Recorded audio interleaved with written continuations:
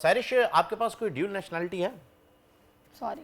अच्छा, यानी आप pure Pakistani green passport holder हैं भाई, क्योंकि पाकिस्तानी खवातीन किसी से कम नहीं है, ये मैं आपको बताना चाह रहा था। हीरो पाकिस्तान में आज हम आपको मिलवाने वाले हैं पाकिस्तान की एक ऐसी ज़बरदस्त खातून से जिनका कारनामा क्या है। सारी जरा आप बताइए। भाई वो यंगेस्ट एरोस्पेस इंजीनियर हैं अरूबा फरीदी, और इन्होंने 23 साल की उम्र में ये एजाज़ अपने नाम किया। इस सफ़र में उन्हें किसी तरह की मुश्किलात का सामना अगर रहा है तो वो क्या थी, क्या उन्होंने खिदमत अंजाम दी। नाज़रीन, बिना वक्त ज़ाया किए आपकी मुलाकात करवाते हैं अरूबा फरीदी से। अस्सलाम वालेकुम जी, वेलकम टू द शो। अभी जो है वो जब हम रिपोर्ट देख रहे थे तो हमने अरूबा से पूछा कि भाई कौन कौन से जहाज़ जो है वो आप ठीक कर लेती हैं। उन्होंने बताया जी जंबो जेट 747 A380 सारे जहाज़ जो हैं वो ये बेहतरीन तरीके से कर लेती हैं। तो ये कमाल इतनी कम उम्र में, क्या आपको बचपन से एविएशन का शौक था?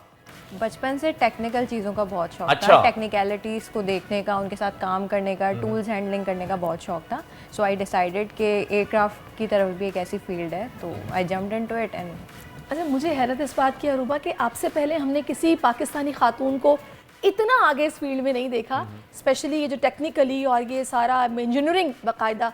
तो ये आपने फिर कब ये डिसाइड कर लिया था कि बस अब यही करना है और इस पर फोकस हो जाना है? बैक इन 2014 मैंने एक एकेडमी का ऐड देखा न्यूज़पेपर में।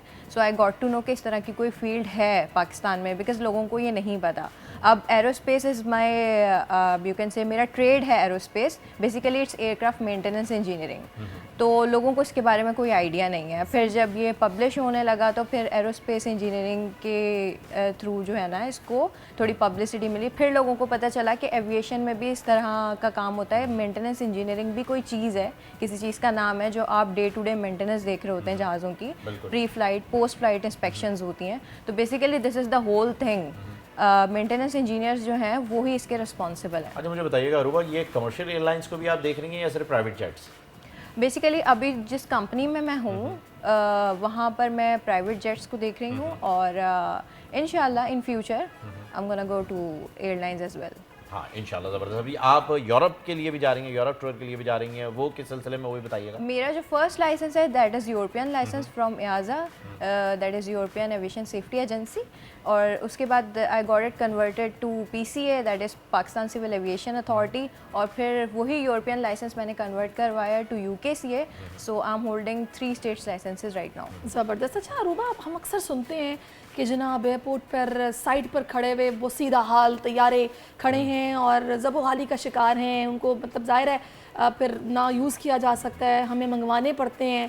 और एक वो वक्त था कि जब गुलशन में कैफेटेरिया बनाना पड़ता है। बिल्कुल कैफेटेरिया बनाना पड़ता है। तो ये पाकिस्तान कितना एडवांस है इस चीज़ को लेकर?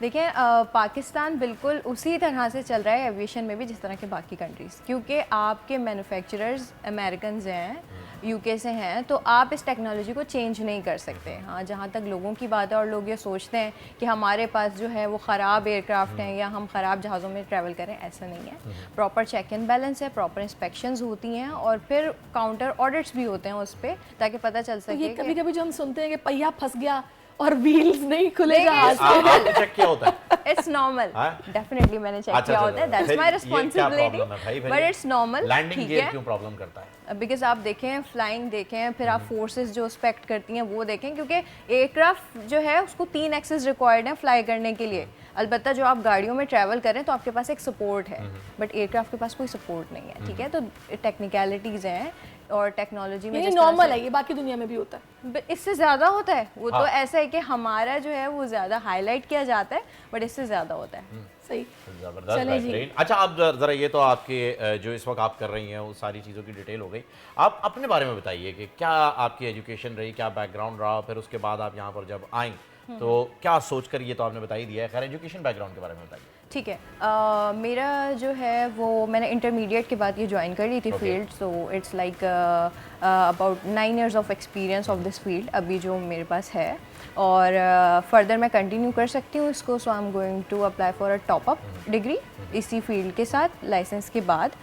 तो ये टोटल सिनेरियो है। बाकी अगर आप एविएशन मेंटेनेंस इंजीनियर हैं, जिस तरह के पायलट्स के लिए CPL रिक्वायर्ड है, that is commercial pilot licence, तो एयरक्राफ्ट मेंटेनेंस इंजीनियर्स के लिए AMEL रिक्वायर्ड है, that is aircraft maintenance engineering licence. So you will become a certified engineer to certify the particular aircraft. अच्छा, आप लोग इतने सेल्फिश क्यों होते हैं? पहले मुझे बिल्कुल पूछिए। आप लोग इतने सेल्फिश क्यों होते हैं? मतलब जब जहाज में जाके बैठो कहते हैं यार पहले अपना मास्क पहनना फिर बराबर वाले को पहनाना, यार कोई बुजुर्ग बैठा हुआ हो तो ये क्या बात हुई?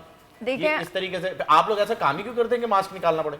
सेफ्टी मेजर्स लेना बहुत इंपॉर्टेंट हाँ। है, ये लोगों को बहुत बाद में समझ में आएगी, लेकिन हमारे लिए बहुत ज़रूरी है। अच्छा चलें, ये फिर ठीक है, जरूरी अच्छा है। अरूबा, मुझे ये बताएगा एज अ गर्ल कितनी मुश्किल फील्ड है ये, और चूंकि पहले तो नहीं लोगों में इतनी अवेयरनेस थी कि ऐसी फील्ड भी कोई है, लेकिन अब लोगों को पता चल रहा है, तो जो लड़कियां टेक्निकली ज़रा कुछ अपना जहन इस तरफ रखती हैं और उनको शौक भी है, अब वो क्या इजीली इसको ज्वाइन कर सकती हैं, या उनके लिए भी मुश्किलात जो आपने फेस किए कुछ शेयर करें ताकि पता चले?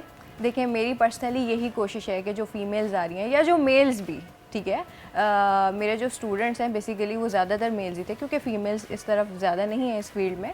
तो मैं उनको यही बात कहती हूँ शुरू से अब तक, और फीमेल्स को भी, कि देखें चीज़ें मुश्किल होती हैं, मुश्किल नहीं होगी तो आई गेस लाइफ में कोई ट्विस्ट नहीं है, आपको पता ही नहीं चलेगा कि इस चीज़ को अचीव कैसे करना सही है, बात। ठीक है। तो मुश्किलात हैं, लेकिन ये है कि आप डटे रहें तो कर लेते हैं, सभी कर रहे हैं। और मेरी सीनियर्स भी हैं, ऐसे नहीं है कि I am the only one being in like being a female engineer in aviation. मेरी सीनियर्स भी हैं जिनको मैं फॉलो करती रही हूँ, तो मेरे लिए तो ऑलरेडी रोल मॉडल्स हैं।